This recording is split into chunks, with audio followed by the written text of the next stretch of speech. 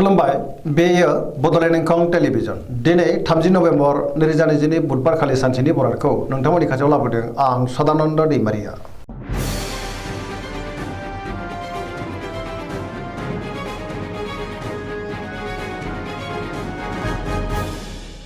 सिगां फरायथिनो लादों मेष राशि गिबि हांखो अ ल दिनैनि साना जोबोर मोजां गोथों आरो गोग्गो साननो रोंगोन गियाननि आंखाल जानाय नङा सोरजोंबा बाख्नाय जानोबो हागौ बयजोंबो अनजागोन आरो अनसायै जागोन नखराव दिनै बिसि फिसायनि गेजेराव अनलायनाय फैगोन बिदा फंबायजों मोजां सोमोन्दो थागोन आरो गाहाम थासारिखौ मोननो हागोन जेरावबो आखा फाखा जागोन मावनो लानाय खामानिखौ थि समावनो आरो गोरलैयैनो मावफुंनोबो हागोन गोसोआ दिनै जोबोर गोजोनगोन देहाया मोजाङैनो थागोन बहानिफ्रायबा मोजां खौरां फैनोबो हागौ रांखावरियाव मोजां बेफार फालांगियावबो जोबोर मोजां मुलाम्फा मोननो हागोन आयाबो दिनै बांनो हागौ सोरबा लोगोनिफ्राय मोजां खौरां फैनो हागौ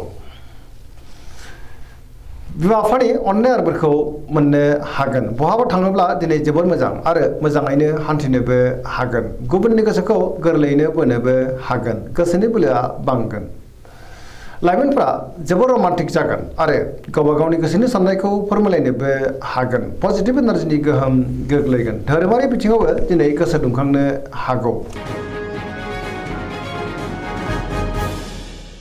बृष राशि गिबि हांखो इ उ ब दिनैनि साना मोजां आरो गाज्रिनि गेजेरजों बाबेनलांगोन गोसोखौ दिनै जोबोर उसाव बादाव मोननो हागौ गोसोनि बोलोआ लोरबां जागोन मावनो लानाय खामानिखौ थि समावनो मावफुंनो हागोन अब्लाबो नाथाय माबा नङा माबा मोनसे गोरोन्थि जालांनोबो हागौ समाजाव मान मोनगोन रांखावरियाव मोजां बेफार फालांगियावबो मोजां होनजायो नखराव अनलायनाय फैगोन देहाया दिनै बारा मोजां थानाय नङा गगा बायदिसिना रोखोमनि बेरामजों खस्थ' मोननांनो हागौ सानाय सुनायाबो बांनो हागौ नखराव अनलायनाय फैगोन बिदा फंबायजों मोजां सोमोन्दो थागोन गुबुननिफ्राय हेफाजाबबो मोननो हागौ गोसोनि साननायफ्रा अब्लाबो नाथाय देबोर नांनोबो हागौ बहाबा हान्थियोब्ला लामा सामायाव सांग्रां जानाया गाहाम नेगेटिभ एनार्जिनि गोहोम गोग्लैनोबो हागौ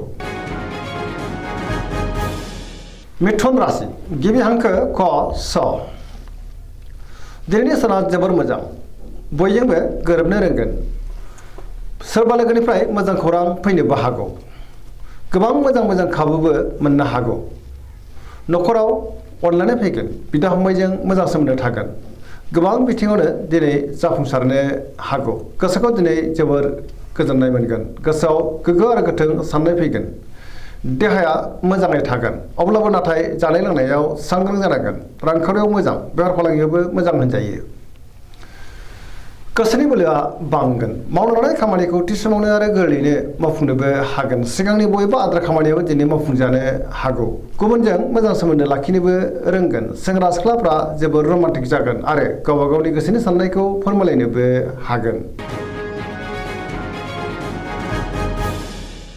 कर्कट राशि गिबि हांखो ड ह दिनैनि साना मोजां आरो गाज्रिनि गेजेरजों बाबेनलांगोन गोसोखौ दिनै जोबोर गुलाय गुजाय मोननो हागौ माबा जाहोनाव गोसोआव दिनै नेगेटिभ साननाय फैगोन समाजाव लोगो लेवा बांगोन अब्लाबो नाथाय थार लोगोनि आंखाल जानो हागौ सोरजोंबा रायखोमा जानोबो हागौ गोसोनि साननायफ्रा देबर नांगोन गोसोआव दिनै नेगेटिभ साननाय फैगोन मावनो लानाय खामानिखौ मावफुंनो हागोन रांखावरियाव मोजां बेफार फालांगियावबो मोजां अब्लाबो नाथाय खरसायाबो बांनो हागौ नखराव अननानै फैगोन देहाया मोजाङै थागोन गुबुननि थाखाय नाङा फाङा जेंनायाव गोग्लैनांनोबो हागौ सांग्रां जानाया गाहाम फरायसाफ्रा दिनै फरायनायाव गोसो दुंखांगोन आरो मोजां फिथाइ मोनगोन लाइमोनफोरनि गोसोआ जोबोर आला खाला जागोन नेगेटिभ एनार्जिनि गोहोम गोग्लैनो हागौ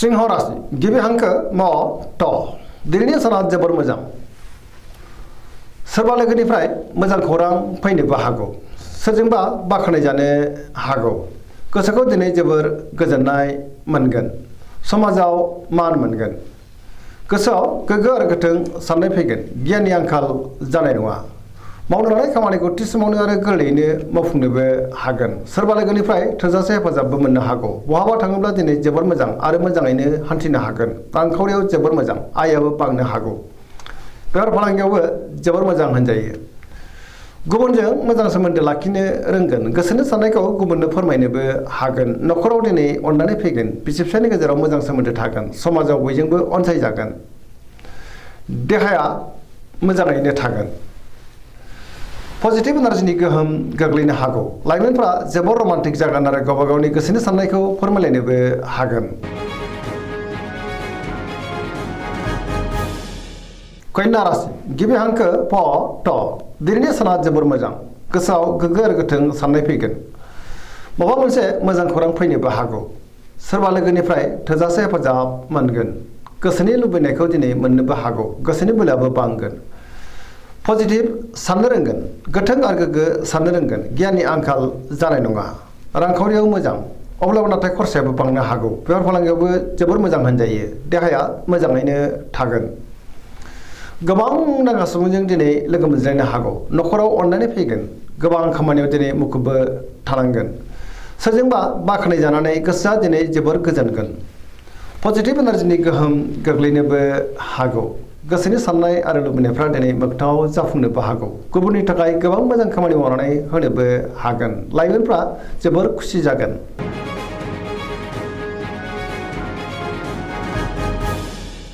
तुला राशि गिबि हांखो र ट दिनैनि साना जोबोर मोजां गोसोआव गोग्गो आरो गोथों साननाय फैगोन समाजाव लोगो लेवा बांनो हागौ गोसोनि साननायाबो मोगथाङाव जाफुंनोबो हागौ गावनि गोसोनि साननायखौ गुबुननो फोरमायनो हागोन मावनो लानाय खामानिखौ थि समावनो आरो गोरलैयैनो मावफुंनोबो हागोन सिगांनि बबेबा आद्रा खामानिया दिनै मावफुंजानो हागौ देहाया मोजाङै थागोन रांखावरियाव मोजां बेफार फालांगियावबो मोजां मोननो गोनांखौबो दिनै मोननो हागौ न'खराव बिसि फिसायनि गेजेराव अननानै फैगोन समाजाव लोगो लेवा बांगोन बहाबा थाङोब्ला दिनै जोबोर मोजां आरो मोजाङैनो हान्थिनोबो हागोन सोरजोंबा बाख्नाय जानानै गोसोआ दिनै जोबोर खुसि जागोन गुबुननि गोसोखौ गोरलैयैनो बोनोबो हागोन लोगोफोरनिफ्राय हेफाजाबखौ मोननो हागोन गोदान थांखि लानो रोंगोन सेंग्रा सिख्लाफोरनि गोसोआ दिनै जोबोर रमान्टिक जागोन आरो गोसोनि साननायखौ फोरमायलायनोबो हागोन पजिटिभ एनार्जिनि गोहोमबो गोग्लैनो हागौ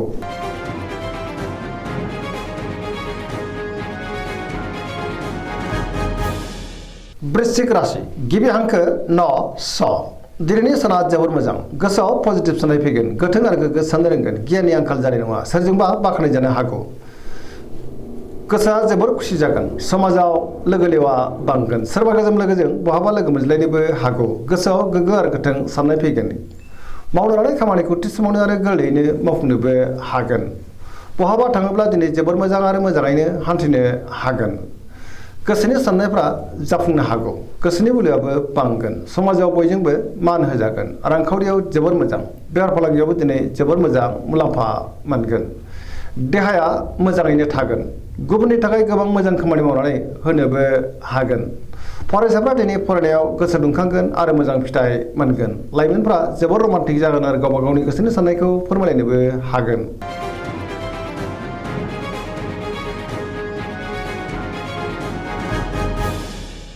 धनु राशि गिबि हांखो ढ फ भ दिनैनि साना जोबोर मोजां बयजोंबो गोरोबनो रोंगोन सोरबा लोगोनिफ्राय मोजां खौरां फैनोबो हागौ गोसोआव गोग्गो आरो गोथों साननाय फैगोन गियाननि आंखाल जानाय नङा मावनो लानाय खामानिखौ थि समावनो मावफुंनो हागोन गोसोनि साननायफ्रा दिनै मोगथाङाव जाफुंनोबो हागौ रांखावरियाव मोजां अब्लाबो नाथाय खरसायाबो बांनो हागौ बेफार फालांगियावबो जोबोर मोजां मुलाम्फा मोनगोन समाजाव मान मोनगोन देहाया मोजाङै थागोन न'खराव दिनै अनलायनाय फैगोन बिदा फंबायनिफ्राय थोजासे हेफाजाबबो मोननो हागौ बिमा बिफानि अननायफोरखौबो दिनै मोननो हागौ बहाबा हान्थियोब्ला दिनै जोबोर मोजां आरो मोजाङैनो हान्थिनोबो हागोन सेंग्रा सिख्लाफोरनि गोसोआ दिनै जोबोर खुसि जागोन आरो गावबा गावनि गोसोनि साननायखौ फोरमायलायनोबो हागोन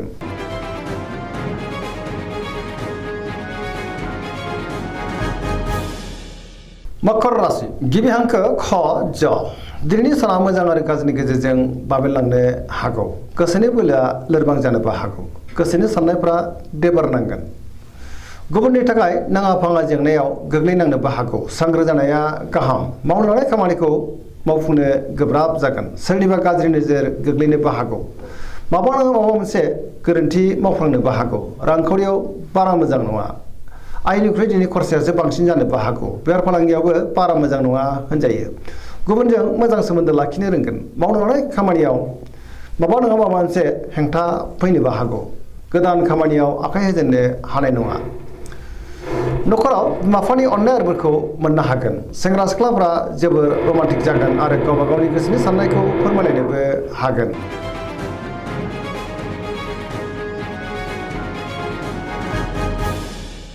कुम्भ राशि गिबि हांखो क स दिनैनि साना जोबोर मोजां। न'खराव अननानै फैगोन। बिदा फंबायजों दिनै मोजां सोमोन्दो थागोन। गुबुननि थाखाय गोबां मोजां खामानि मावनानै होनोबो हागोन। गोसोआव गोथों आरो गोग्गो साननो रोंगोन। पजिटिभ एनार्जिनि गोहोम गोग्लैगोन। गोसोनि साननायखौ दिनै गुबुननो फोरमायनोबो हागोन। मावनो लानाय खामानिखौ थि समावनो आरो गोरलैयैनो मावफुंनो हागोन। सिगांनि बबेबा आद्रा खामानियाबो दिनै मावफुंजानो हागौ। गोबां मुंदांखा सुबुंजों दिनै लोगो मोनज्लायनोबो हागौ। रांखावरियाव मोजां, बेफार फालांगियावबो मोजां, आयाबो बांनो हागौ। देहाया दिनै मोजाङै थागोन। न'खराव अननानै फैगोन। बिमा बिफानि अननाय आरिफोरखौ दिनै मोननो हागोन। बहाबा थाङोब्ला दिनै जोबोर मोजां आरो मोजाङैनो हान्थिनोबो हागोन। पजिटिभ एनार्जिनि गोहोम गोग्लैनो हागौ।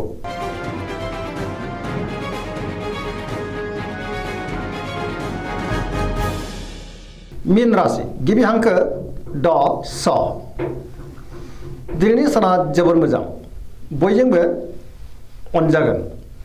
गोजोन आरो गाहाम थासारि फैनोबो हागौ। सिगांनि गोबां जेंनाफ्रा दिनै सुस्रांजानो हागौ। गोसोखौ दिनै जोबोर गोजोननाय मोनगोन। गोसोआव गोथों आरो गोग्गो साननाय फैगोन। गियाननि आंखाल जानाय नङा। गावनि गोसोनि साननायखौ गुबुननो फोरमायनोबो हागोन। देहाया मोजाङै थागोन। अब्लाबो नाथाय जानाय लोंनायाव सांग्रां जानांगोन। रांखावरियाव मोजां, आयाबो बांनो हागौ। मोननो गोनांखौबो दिनै मोननो हागौ। बेफार फालांगियाव जोबोर मोजां मुलाम्फा मोनगोन। न'खराव अननानै फैगोन। सोरजोंबा बाख्नाय जानो हागौ। लाइमोनफोरनि गोसोआ दिनै जोबोर रमान्टिक जागोन आरो गावबा गावनि गोसोनि साननायफोरखौ फोरमायलायनोबो हागोन। गुबुनजों मोजां सोमोन्दो लाखिनोबो रोंगोन। गियाननि आंखाल जानाय नङा। गोथों आरो गोग्गो साननो रोंगोन।